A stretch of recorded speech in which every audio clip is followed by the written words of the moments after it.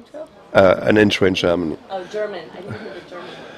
Da sind wir schon wieder live. Wir haben unser vorletztes Panel. Wir machen noch ein Wrap-Up gleich zusammen mit dem Kashi zu unserem Tech Lounge Livestream. Und ich freue mich jetzt ganz besonders, dass die Anita Hix von Qualcomm hier ist. Anita, it's very nice to meet you again. So what we're going to do is we're going to talk about Snapdragon in general, right? What you guys were building on your Quad architecture. What are the future plans maybe for it? Because you're totally crushing the SoC market for RISC architectures right now. And wherever you are here at IFA and on the show floor and walking through the halls and seeing the latest devices, whether it's a smartphone or a tablet, there's a huge chance that there's a Qualcomm Snapdragon in there, right? Yes, that's true. So, and tell us a little bit about. I mean, you had two devices with you here. You had the Z Ultra, and you had the LG G2, and both of them are using, well, which is the fastest RISC SoC on the market, which is the Qualcomm Snapdragon 800. So I think you guys are quite happy with your success right now with all your OEMs and partners. Yeah, we're really excited. We've had a great week here at IFA with all the new customers making announcements. Excited about Sony. They also had the Z1. It's a nice phone as well. And we talked about the Ultra.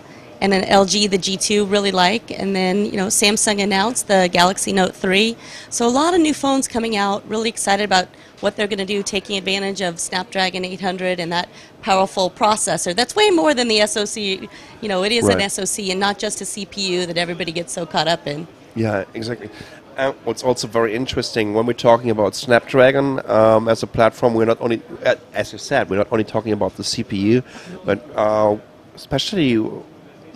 Well, with the 600 we have the Adreno 320, and on the 800 we have the 330, which is just offering amazing performance when it comes to gaming, right? I've been using the Z Ultra mainly for gaming. I've been playing real racing on with this crisp display. It's absolutely amazing. It's really, really great. We've been looking at it. We had at Uplink, which we were in last week, we actually showed Asphalt 8 running on it and really looked nice. And it is amazing. We're really at a point where you're getting console quality graphics on a smartphone and tablet, and really excited about that piece. Yeah. So when we're looking back in I think my very first Android smartphone was running on a Qualcomm processor. That was an HTC Desire, which was I actually basically bought it because Jelena from Qualcomm in San Diego was constantly telling me about it. She said, Sascha, you need to get the Desire. I just got one. And that was my first Android smartphone, I think in summer of 2010. And that was my first Qualcomm SoC that I've been running on. What a lot of people just don't know is that, I mean, you've been on this market for decades. Right? Qualcomm is building highly embedded chipsets for so many years, right? I think it started in the early 90s, right? When you had the first. Well, the first CDMA phone and all of us, yes, we started doing that and made a decision that we really wanted to focus on delivering processors and modems. If we're not the stuff we are very excited about Snapdragon and want to see that be successful, but there are folks that want to use our modem too, and really LTE and LTE Advanced is really where we started from with CDMA and driving the connectivity piece, and then said, hey, a phone needs more than just a modem. It needs a processor, and let's try to deliver on that. So we started, from the beginning, we've been doing mobile and really believe that Snapdragon and the latest on LTE and all that's really going to make a difference. And I think you're starting to see that with some of the phones that you're now playing with. Yeah, it was quite interesting the last time I've been, because unfortunately, that's my little rant going to San Diego. Whoever is planning the Uplink, which is one of my favorite developers conferences, like this year it kind of interfered with IFA. We had to be here for IFA. Last year was on the same date as Computex, so that's our home show. Next year, it won't interfere with anything because I want to come over to beautiful San Diego again and have the closing party, which is always absolutely amazing. But like 2 years ago, that was the last time when I came over to San Diego and to meet with you guys, with Rob and Raj and with your M-Health guys, and especially talking to Raj, who was taking care of the hardware side of Snapdragon, and he was showing me a little bit of what was going in terms of audio into the Snapdragon 800 on a developer's edition at that time. So he placed this device, which was like a 5-inch smartphone, and in this room in the middle of the table, and he did a playback of a rain shower sample. And I've been just looking around. I said, where is he hiding all these speakers? Because it was kind of almost a surround sound that came out of it. And I know that you have some proper audio processing in the Snapdragon 800 that you've been showcasing for the very first time at Mobile World Congress back in, geez, it's September now. That was February. Yeah. Oh my God, time is flying. Yeah, actually for the first time we did this back at CES and then again at Mobile World Congress, where we're actually showing in a theater setting. People were all excited, lined up to come in and see 4K running, playback of 4K, and then surround sound audio. We were actually doing 7.1 surround sound. And so we support both Dolby and DTS with our great partners from an audio perspective and really seeing what they can do. And actually at Uplink last week, we were really excited because Raj, during his super session, he likes to do a series of demonstrations and take some risks. And we actually had a clip that we went out and used one of our development tablets and actually captured 4K and 5.1 audio. On that device, there's 4 different microphones to capture, and showed playback of this capability, and people were clapping and all excited because now we've really got this home theater in your pocket where you can now think about user-generated content. I think that's what's so exciting about this, and it's not just video, it's audio, and it's the whole piece. And you can go out and film your kids, film whatever you want, and have this, full-on 4K experience and Ultra HD, and then add, surround sound audio. Which is multi-channel audio is amazing when people actually get to feel it. Everybody's so used to stereo, and to actually be able to hear sounds around you. So we've got rooms where the speakers are set up that they're literally all the way around you. And what we'll do in the demo is left front, right front, and literally go around the room, and people are like, where is that coming from? And then not only in the speakers, we're actually doing it in headphones. So with both Dolby and DTS, they're able to get that surround sound. It's a virtual surround sound experience, and it's pretty amazing to think of what you're going to be able to do on a mobile phone with where video and audio is really going. Just to repeat this once again, they've been recording on a tablet in 4K with Dolby Surround 5.1. Right? Or DTS, both. Or DTS, so that this is absolutely amazing. And once again, like when I saw this kind of well, you started to develop this already way earlier, right? When this is getting into a kind of mass production unit, right? I will guess some R&D that was going on for like half a decade or so, right? And a lot of experience that you guys have. But listening to this for the very first time, like 2 years ago, and you've been using, I remember, like 6 or 8 speakers in the smartphone, and listening to this, and it was an almost surreal moment for me because I thought they were cheating on me, and they had this kind of hidden speakers, and you know what? My whole mindset and perspective on mobile devices changed a little bit due to this, because in my opinion we kind of neglected audio in general. We thought, okay, you know what, just get your headset on there and then you're fine.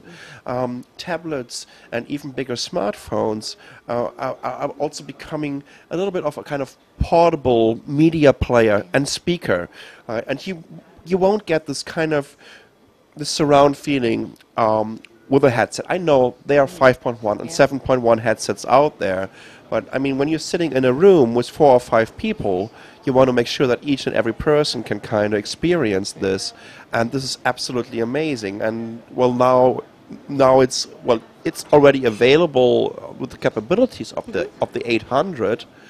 But with the next generation of devices, you'll see them coming soon. You'll get that 7.1 experience. You're seeing, at least the Galaxy Note announced 4K, and so Ultra HD capture. So you're seeing that. There will be 7.1 devices doing 7.1 playback very soon here. You'll just wait and see and be excited about who those OEMs are that are doing it.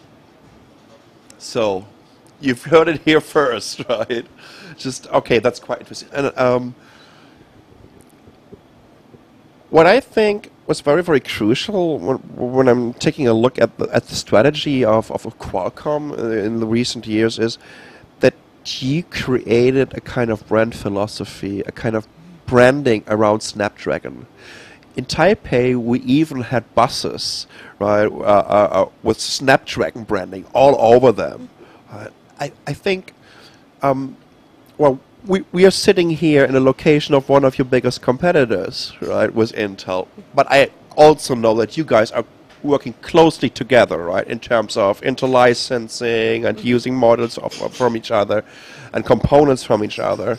So it's just a huge family, just to just to say that. It's like a company like Intel started very, very early with this Intel Inside branding, right? And I think when we're going making a little survey on the street and we're asking them, okay, what's that sound? Ding, ding, ding, ding. Right, everybody knows it right away. And you started to also do this right now as the very first company with an SoC, with a MOA processor, because just by to also educate people, right?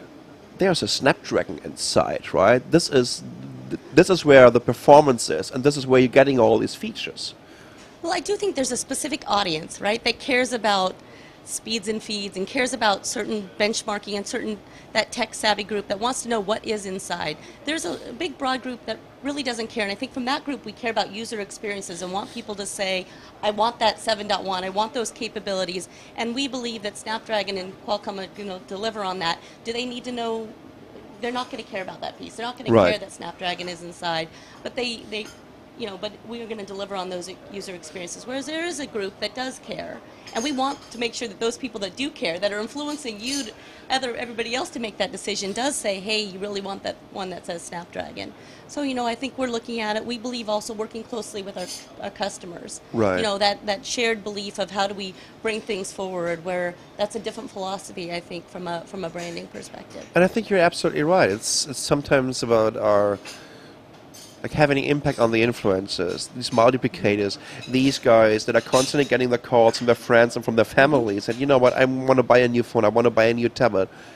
Do I need to be aware of anything? Do I need to look out for something specific? To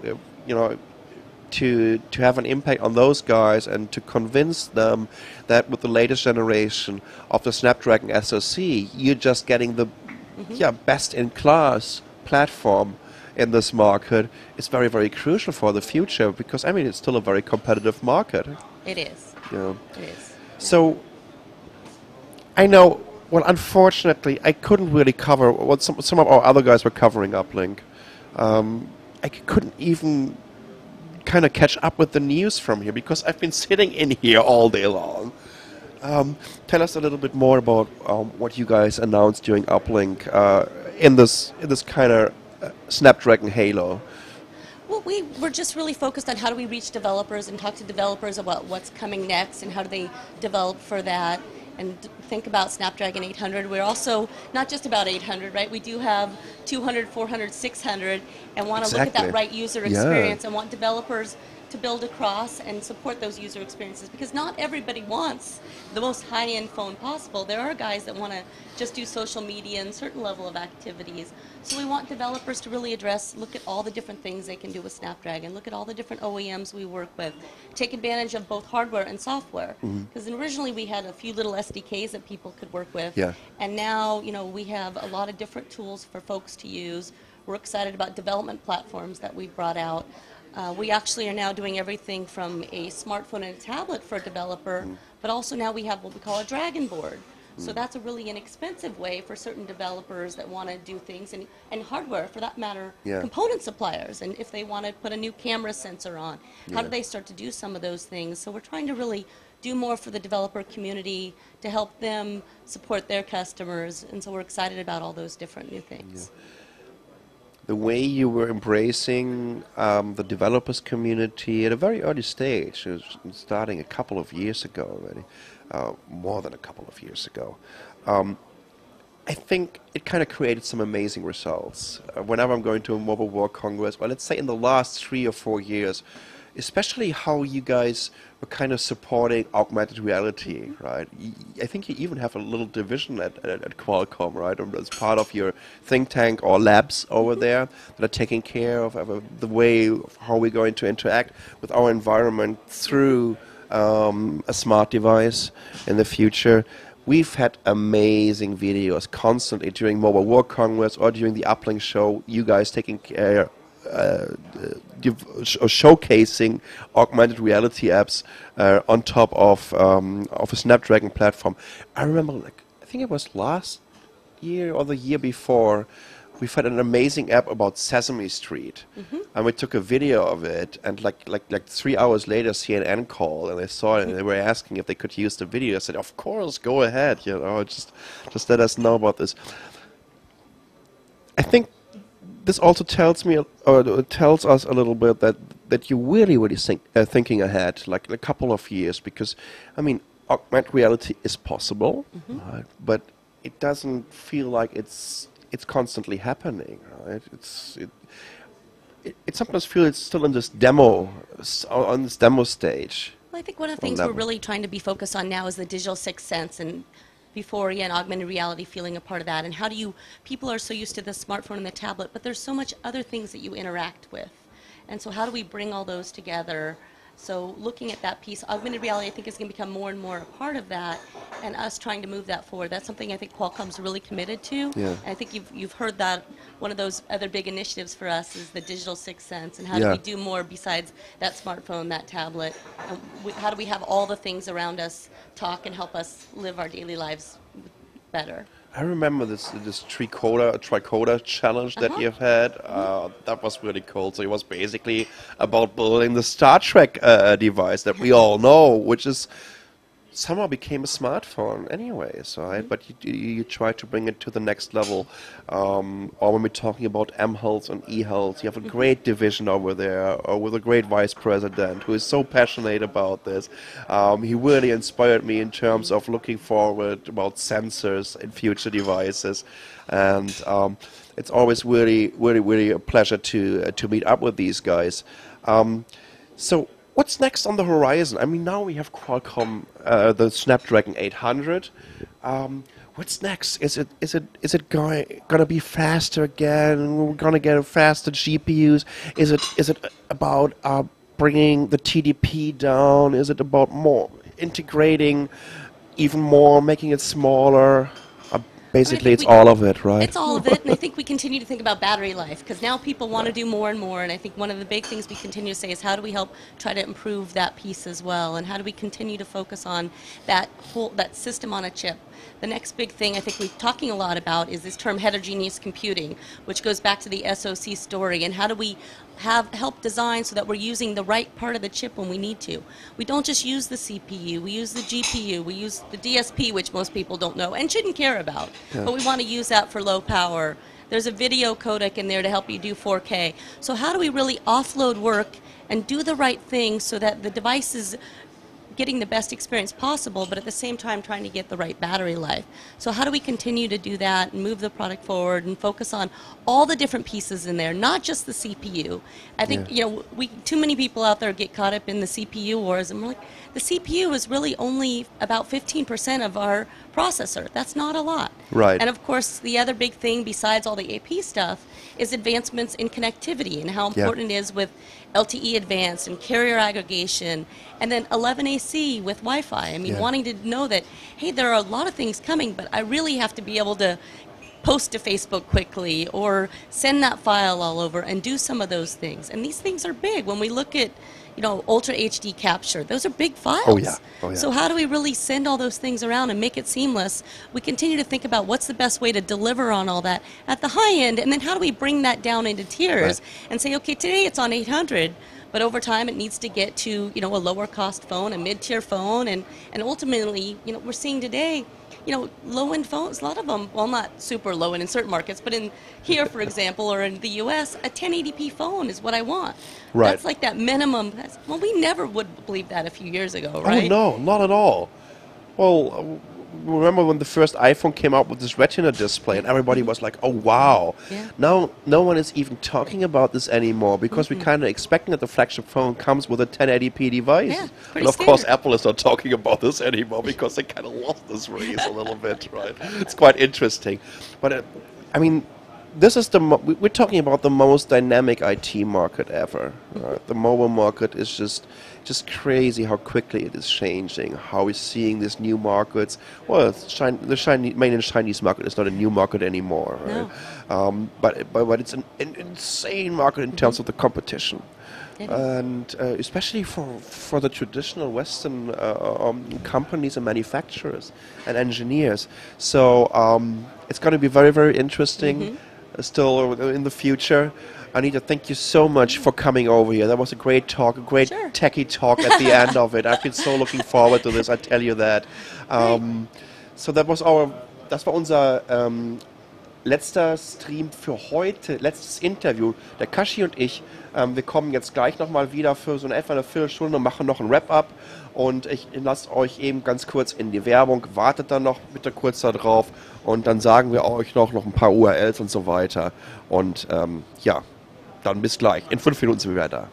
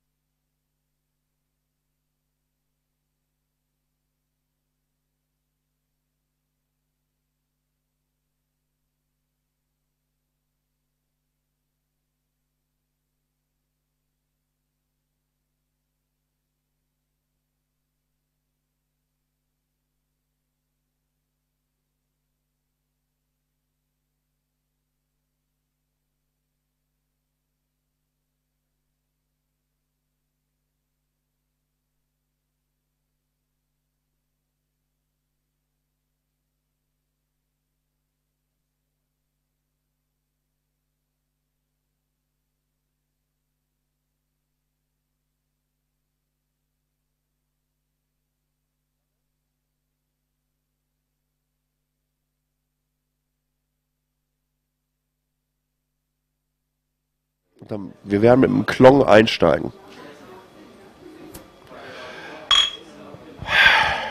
Es ist vollbracht. Es ist vollbracht. Das war's. Das waren jetzt, ich sag mal, insgesamt so gute 25 Stunden Livestream von der IFA. Prost.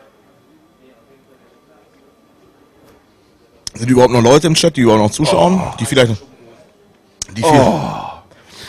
noch Fragen haben? Abschließend Was wollt ihr das nächste Mal hören? Wo sollen wir für euch vor Ort sein? Was können wir ganz besser wichtig, machen? Bitte hinterlasst uns Feedback in den Kommentaren. Ja, ich weiß. Ton, Ton, Ton und nochmals Ton. Ganz sicher werden wir die Nummer mit den Funkmikrofonen optimieren müssen, beziehungsweise wir werden nächstes Mal komplett auf Kabel umsteigen, damit wir nie wieder solche Probleme bekommen. Das war ein bisschen nervig. Wir werden das mit der Auspegelung natürlich verbessern. Ein dickes Sorry. Und ja, Einschaltquoten werden wir auch posten. Ich glaube, wir liegen so über den Tag etwa zwischen 25.000 und 30.000 und sind da auch sehr, sehr happy mit. Wie gesagt, das mit dem Ton, glaubt es mir, mir tut das und dem Kashi, uns tut das am meisten weh, wenn wir einfach sehen, dass bei euch der Ton nicht vernünftig ankommt. Daran müssen wir arbeiten. Aber ehrlich, die Nummer mit den Frequenzen, das war ein Riesenproblem für uns. Und das hat uns, das wussten wir nicht vorher. Denn wir sind extra, sonst hätten wir ja nur Kabelmikros mitgebracht. Wir werden das auf alle Fälle regeln. Und ja, auch, dass der Ton die ganze Zeit überwacht wird. Wichtig ist generell, dass es Spaß gemacht hat. Jo. Und dass ihr auch ein bisschen was mitgenommen habt in Bezug auf, wie ihr euch mit anderen Leuten im Chat unterhalten konntet, dass wir Fragen übernehmen konnten, dass ihr mal ein paar Leute von den Firmen gesehen habt, die entsprechend zuständig waren. Für die Firmen war das auch extrem wichtig. Glaubt nicht, dass das einfach nur so als PR-Nummer abgetan wird. Die haben mir immer noch 2, 3 Leute dahinter sitzen, die schreiben sich Feedback mit. Und die lassen sich Feedback nachher geben. Das ist für die unheimlich wichtig, fürs Marketing, fürs PR, für die Produktentwicklung ebenso. Also wenn ihr die entsprechenden Feedback-Eingaben, die ihr hattet, das war richtig wichtig und hat mir Spaß gemacht. Interessant fand ich, dass wir gar keine Hater als solches hatten, was ja eigentlich unverständlich ist. Ich verstehe es gar nicht. Muss dann nächstes Mal, irgendwie müssen wir was reinhauen. Wir brauchen noch ein bisschen mehr Würze im Chat, ich weiß es nicht. Nee, es war. Wo ist das Lenovo? Ja, also meins habe ich noch hier übrigens noch mit 10% drauf, bei mir ist auch gleich Schluss. Das war das erste Mal, dass wir das jetzt auch so mit der Live-Übertragung versucht haben, dass wir es mit viel mehr Kameras versucht haben.